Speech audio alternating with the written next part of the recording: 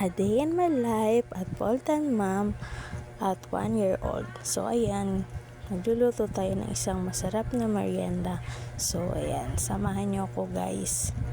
Panoorin nyo to guys. Yun lang. So tara na, let's G. So ito muna yung naging highlights natin. So bago ang lahat, ito nagsaing muna tayo ng isang malagkit, isang taka lang yan.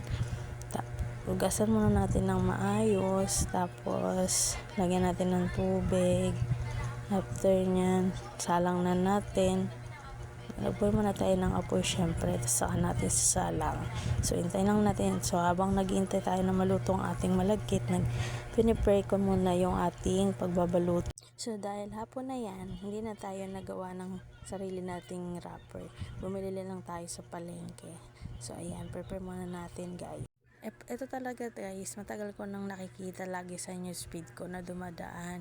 So dahil napaibig tayo ngayon, yan, ginawa na natin. So after nga pala nyan, noong panahon na yan, luto na yung ating sinaing, kaya nagkuha na tayo. So ayan, nimplahan na natin. Medyo malamig-lamig na rin yan ng konti. So ayan, nilagyan na natin ng condensed ube. So ayan, mekos-mekos lang natin yan hanggang sa mag-combine na yung dalawa. Yung malagkit at tapos ayan, nagkulang pa syempre kasi maputla pa ang kulay, diba? Kaya nilagyan natin ng ube. So ayan, mekos-mekos lang si ate girl. So ayan, sige lang ate girl, kayang-kaya mo yan, mekos-mekos mo lang yan. So ayan, ay ito na nga pala siya guys. So after nyan, babalutin na natin siya. Samahan nyo ko guys, magbalot naman tayo.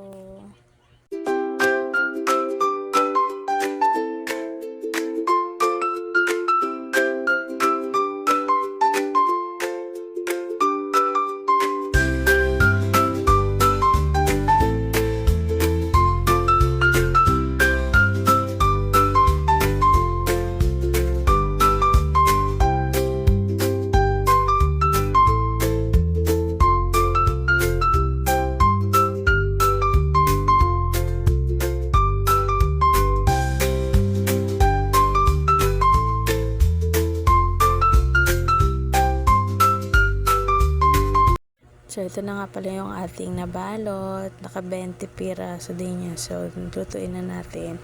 Buhay muna tayo ng apoy, tapos painitin natin yung kawali bago natin lagyan ng mantika. So ayan, mainit na siya, kaya lalagyan na natin ng mantika. Hintay lang natin na uminit yung mantika bago natin ilagay yung ating lulutuin. So ayan na guys, mainit na siya, kaya ilalagay na natin yung ating lulutuin.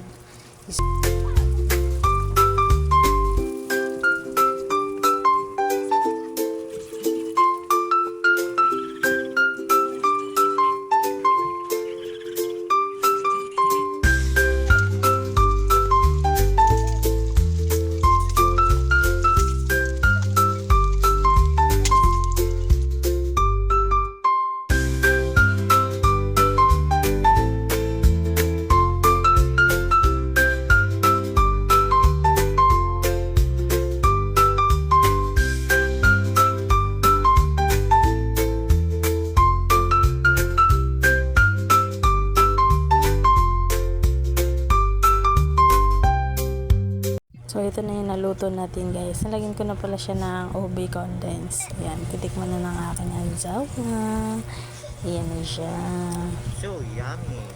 O diba yummy daw. So ako naman ang titikim. So unang kagat. Masarap. Ano yan girl? Kaya mo ubusin yan. Pangalawang kagat. So, yun lang guys. Sana nagustuhan nyo ang video ko. Ayan. So, salamat sa panonood. Paki-like and share na lang po. Bye-bye. Follow nyo na rin po ako. Bye.